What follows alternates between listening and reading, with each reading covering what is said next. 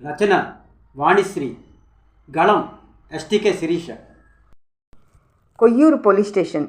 ఉదయం 9 గంటలకు స్టేషన్ ముందు పోలీస్ జీప్ ఆగింది. ఇన్స్పెక్టర్ మల్లికార్జునరావు జీప్ దిగాడు. గేటు ముందున్న సెంట్రీ అటెన్షన్లో నిల్చొని సెల్యూట్ చేశాడు.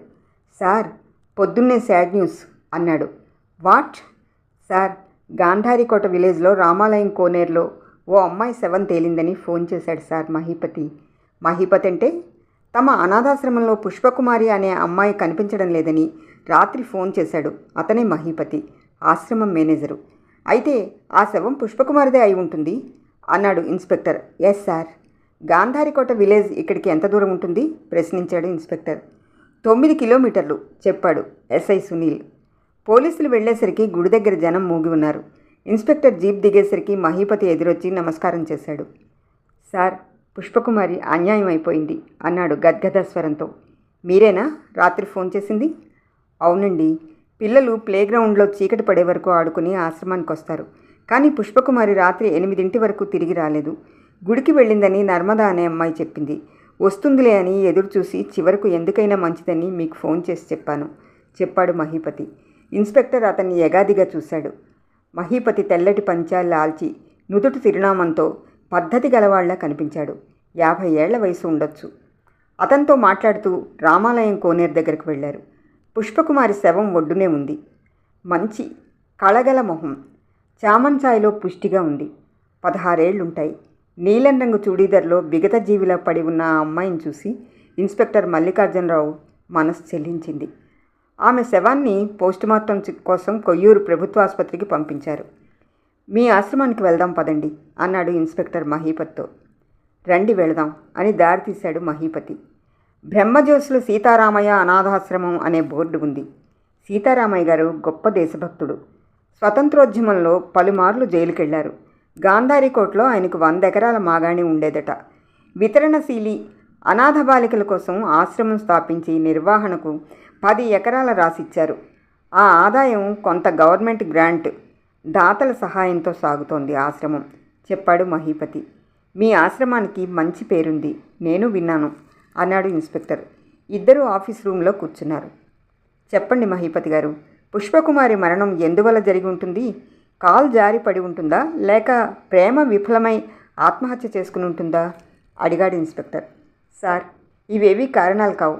పుష్పకుమారితో పాటు గుడికి వెళ్ళింది నర్మద. ఇద్దరూ ఒకే క్లాసు, 10th చదువుతున్నారు. గుడి దగ్గర వీరందరూ దొర కొడుకుతో పాటు కోనేరు దగ్గరకు వెళ్ళిందట పుష్పకుమారి. చీకట్లో ఓ చెట్టు కింద చాలాసేపు నిలబడి పోట్లాడుకున్నారని, వాడు పుష్పకుమారిని కోనేట్లో తోసేశాడని చెప్పింది నర్మద. మహీపతి మాటలతో నివ్వెరపోయాడు ఇన్స్పెక్టర్. వీరయ్య దొర ఎవరు? గాంధారీకోట విలేజ్ సర్పంచ్, పెద్ద భూస్వామి, పొలిటికల్గా పవర్ఫుల్ లీడర్. క్యాబినెట్ ర్యాంక్ మంత్రి ఆయన చుట్టమని విర్రవీగుతూ ఉంటాడు. ఆయన కొడుకు లక్ష్మణ్ చంపేశాడు పుష్పకుమారిని. కొంతకాలంగా తనను ప్రేమించమని ఆ పిల్లని సతాయిస్తున్నాడని నర్మద చెప్పాడు మహీపతి. నర్మదను ఒకసారి పిలుస్తారా అన్నాడు ఇన్స్పెక్టర్. కాసేపటికి నర్మద భయంగా లోపలికి ప్రవేశించింది. నర్మద, నువ్వు గుడి దగ్గర ఏం చూసావో చెప్పు అన్నాడు ఇన్స్పెక్టర్. మహీపతి చెప్పినట్లే చెప్పింది నర్మద. సార్, లక్ష్మణ్ పుష్పని బాగా కొట్టాడు సార్. ఇది గుడి అయిపోయింది, లేకపోతే ఇక్కడే రేప్ చేసేవాణ్ణి అని అరిచాడు. పుష్ప కింద పడిపోయింది. దాన్ని ఎత్తుకెళ్ళి కోనేట్లో పడేశాడు చెప్పింది నర్మద. తర్వాత నువ్వేం చేసావు? భయం వేసింది సార్, పారిపోయి వచ్చావు సరే, ఇక్కడ సార్కి జరిగిందంతా రాత్రి చెప్పలేదా అడిగాడు ఇన్స్పెక్టర్. భయం వేసింది, జ్వరం వచ్చింది, రాత్రి అన్నం కూడా తినలేదు. తెల్లారిన తర్వాత పార్వతీ మేడంకి జరిగిందంతా చెప్పాను అంది నర్మద. పార్వతీ మేడం ఎవరు? ఆమె వార్డెన్ సార్ చెప్పాడు మహీపతి. పుష్పకుమారిని కొట్టి కోనేట్లో తోసేశాడు లక్ష్మణ్. అదంతా నువ్వు చూసావు. ఆ సంగతి నువ్వు కోర్టులో చెప్పాలి అన్నాడు ఇన్స్పెక్టర్. సార్, క్షమించండి. వీరయ్య దొర పరమ దుర్మార్గుడు, క్రూరుడు. తండ్రిని మించినవాడు కొడుకు. లోగడ కొందరు ఆడపిల్లలు వాడి వల్ల బలైపోయారు. ఎవరు ఏం చేయలేకపోయారు. ఇప్పుడు నర్మద సాక్ష్యం చెప్తే బతకనియ్యరు. ఇక ముందు ఆశ్రమంలో నర్మదకు భద్రత ఉండదు. పాపం ఇప్పుడు 10th చదవడానికి రోజు స్కూల్కి వెళ్తోంది మహీపతి చెప్పాడు. ఇన్స్పెక్టర్ ఆలోచిస్తూ ఉండిపోయాడు. తర్వాత ఇన్స్పెక్టర్ వీరయ్య దొరని, అతని కొడుకు లక్ష్మణ్ని స్టేషన్కు పిలిపించాడు. లక్ష్మణ్, నువ్వు ఆ రోజు పుష్పకుమారిని గుళ్ళో కోనేట్లో తోసేసావని సాక్ష్యం ఉంది. ఆమె ఒంటి మీద దెబ్బలున్నాయి. నువ్వు బలంగా కొట్టడం వల్ల తెలివి తప్పిపోయింది. తర్వాత నువ్వు ఆమెను కోనేట్లో నెట్టేసి వెళ్ళిపోయావు. కఠినంగా ఉంది ఇన్స్పెక్టర్ గొంతు. ఎవరు సార్ చెప్పింది? నేను ఆ పూట గుడికి వెళ్ళనే లేదు. సాయంకాలం 6 గంటల నుంచి నేను నా ఫ్రెండ్స్ ప్రతిమా వైన్స్ దగ్గరున్నాం. కావలసినంత సాక్ష్యం ఉంది నిర్లక్ష్యంగా చెప్పాడు లక్ష్మణ్. సాక్ష్యం ఎవరు సార్? అడిగాడు వీరయ్య దొర. ఎవరో ఉన్నారు ప్రత్యక్ష సాక్షి చెప్పాడు ఇన్స్పెక్టర్. ఎవరైనా మాకు వ్యతిరేకంగా సాక్ష్యం చెప్పే దమ్మున్నోళ్ళు లేరు. మీరు వృధా ప్రయాసపడుతున్నారు. అనుమానాస్పదమైన మృతి అని రాసేసి కేసు క్లోజ్ చేయండి అన్నాడు దొర దర్పంగా. వీరయ్య దొరగారు, రోజులన్నీ మనవి కావని తెలుసుకోండి. పాపం పండే రోజు వస్తుంది ఎవరికైనా అన్నాడు ఇన్స్పెక్టర్ మల్లికార్జునరావు. చూద్దాం అని తండ్రి కొడుకులు వెటకారం చేస్తూ వెళ్ళిపోయారు. తర్వాత కొన్ని రోజులకు నర్మద ఆశ్రమంలో కనిపించడం లేదు. ఆమెని దగ్గర బంధువులు ఎవరో తీసుకెళ్లారని మేనేజర్ మహీపతి అడిగిన వారానికి సమాధానం చెప్తున్నాడు. వీరయ్య దొర మహీపతిని భయపెట్టి సాక్షి అయిన నర్మదను తీసుకెళ్లి ఎక్కడో దాచిపెట్టాడని, కేసు క్లోజ్ అయ్యాక ఆమెను విడిచిపెడతాడని ఊళ్ళో వాళ్ళు చెప్పుకుంటున్నారు. నిజం ఏమిటో ఎవరి ఊహకు అందడం లేదు. పోలీసులు మాత్రం లక్ష్మణ్ని ముద్దాయిగా ఎఫ్ఐఆర్ దాఖలు చేశారు. వీరయ్య దొర లక్ష్మణ్ మాత్రం తమకు వ్యతిరేకంగా సాక్ష్యం చెప్పేవారు లేరని, కేసు వీగిపోతుందని ధీమాగా ఉన్నారు. పుష్పకుమారి హత్య కేసు తాలూకా కోర్టులో విచారణకు వచ్చింది.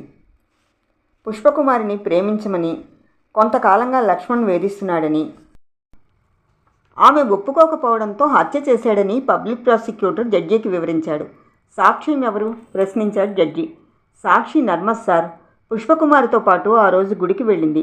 ఆమెను లక్ష్మణ్ కోనేటి దగ్గరకు తీసుకెళ్లడం చూసి దూరంగా ఉంది. నర్మద వెళ్ళిపోయి ఉంటుందని లక్ష్మణ్ అనుకున్నాడు. కానీ ఆమె చీకట్లో ఓ చెట్టు కింద నిలబడి జరిగిందంతా చూసింది.